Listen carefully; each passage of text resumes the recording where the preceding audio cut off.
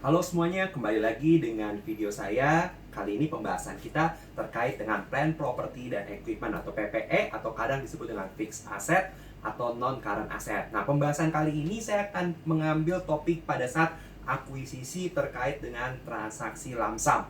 Banyak kali pertanyaan ke saya, baik saya sebagai dosen ataupun praktisi, yang mempertanyakan bagaimana kalau kita melakukan pencatatan atas aset yang kita lakukan pembeliannya secara berkelompok atau kita sebut lamsam. Nah, karena itulah saya menyiapkan video khusus kali ini terkait akuisisi plant property equipment dengan teknik pembelian lamsam. Nah, kita ambil satu contoh untuk membahas topik terkait akuisisi aset yang dibeli secara lamsam, yaitu secara keseluruhan. Misalnya adalah sebuah perusahaan melakukan pembelian langsung sekaligus, yaitu adalah bangunan, kemudian furniture-nya, dan juga peralatannya senilai 1,2 miliar ya. Kita asumsikan ada pembelian bangunan, furniture, dan juga peralatan sebesar 1,2 miliar.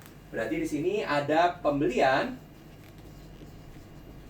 Mungkin saja kita membeli gedung yang sudah full furnished dengan equipment-nya gitu kan, bisa aja ya sebuah kantor melakukan pembelian. Oke, saya langsung beli deh bangunan berikut dengan isinya sekaligus. Nah, berarti pembelian yang dikatakan lamsam.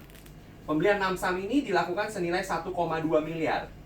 Bagaimana akuntansi mencatat di mana transaksi ini membeli aktiva tetap dengan beragam jenis. Ada buildingnya, ada furnitures, ada equipment. Nah, oleh karena itu kita perlu melakukan pemisahan atas nilai tersebut, ya. Nah, misalnya kita beli 3 tadi ya, building, furniture, equipment.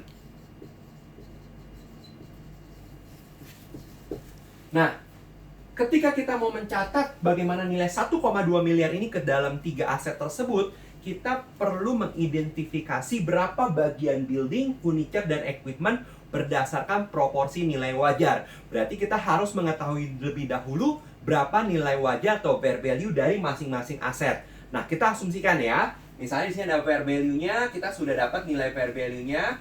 Untuk building adalah 500 juta, furniture 350, dan equipment 150 juta. Kalau kita jumlahkan, ternyata pembelian ini adalah totalnya secara nilai wajar adalah 1M.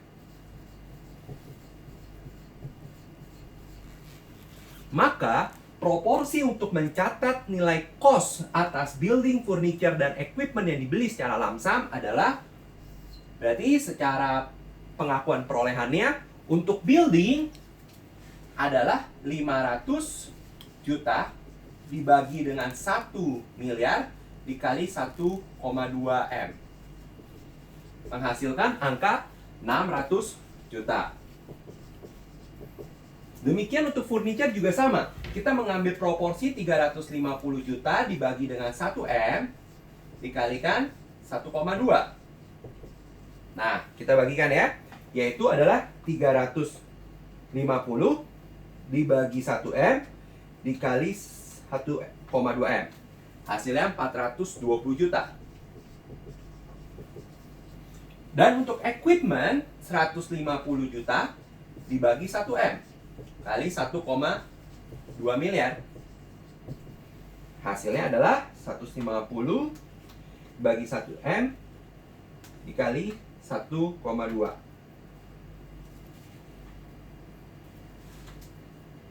Hasilnya adalah 180 juta. Kalau kita jumlahkan ini, hasilnya akan 1,2 M. Maka transaksi ini akan kita catat secara terpisah, secara spesifik untuk masing-masing kelompok akunnya. Berarti jurnal yang dibuat di sini adalah building, furniture, dan equipment. Kreditnya pada cash kalau dilakukan transaksi secara tunai. Maka nilai building menjadi 600 juta, furniture 420 juta, equipment 180 juta, dengan nilai K 1,2 miliar. Nah, fungsi dari pemisahan ini ya tentunya pertama bahwa setiap akun tersebut atau setiap karakter dari aset tersebut memiliki karakter tersendiri yang akan mempengaruhi penyusutannya.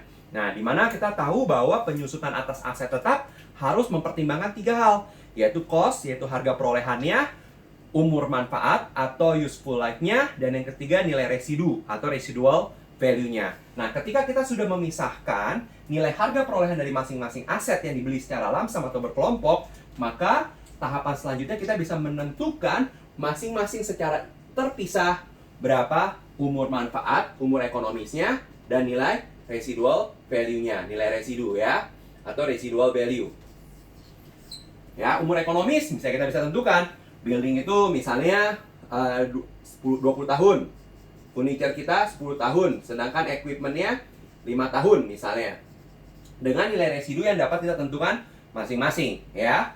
Dan juga setelah melakukan pemisahan ini, tentunya penyusutan harus dilakukan secara terpisah, baik itu building, furniture, dan equipment. Nah, semoga video ini menjawab banyak pertanyaan ke saya terkait bagaimana kalau aset tersebut dibeli secara berkelompok atau lamsam. Apakah kita bisa mencatatnya secara sekaligus atau kita harus melakukan pemisahan.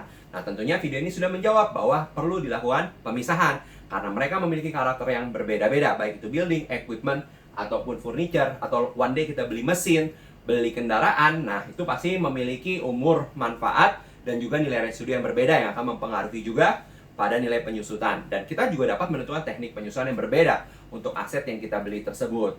Nah, untuk materi tentang plan, properti, dan equipment, silakan simak video lainnya. Jangan lupa subscribe video ini ya. Terima kasih.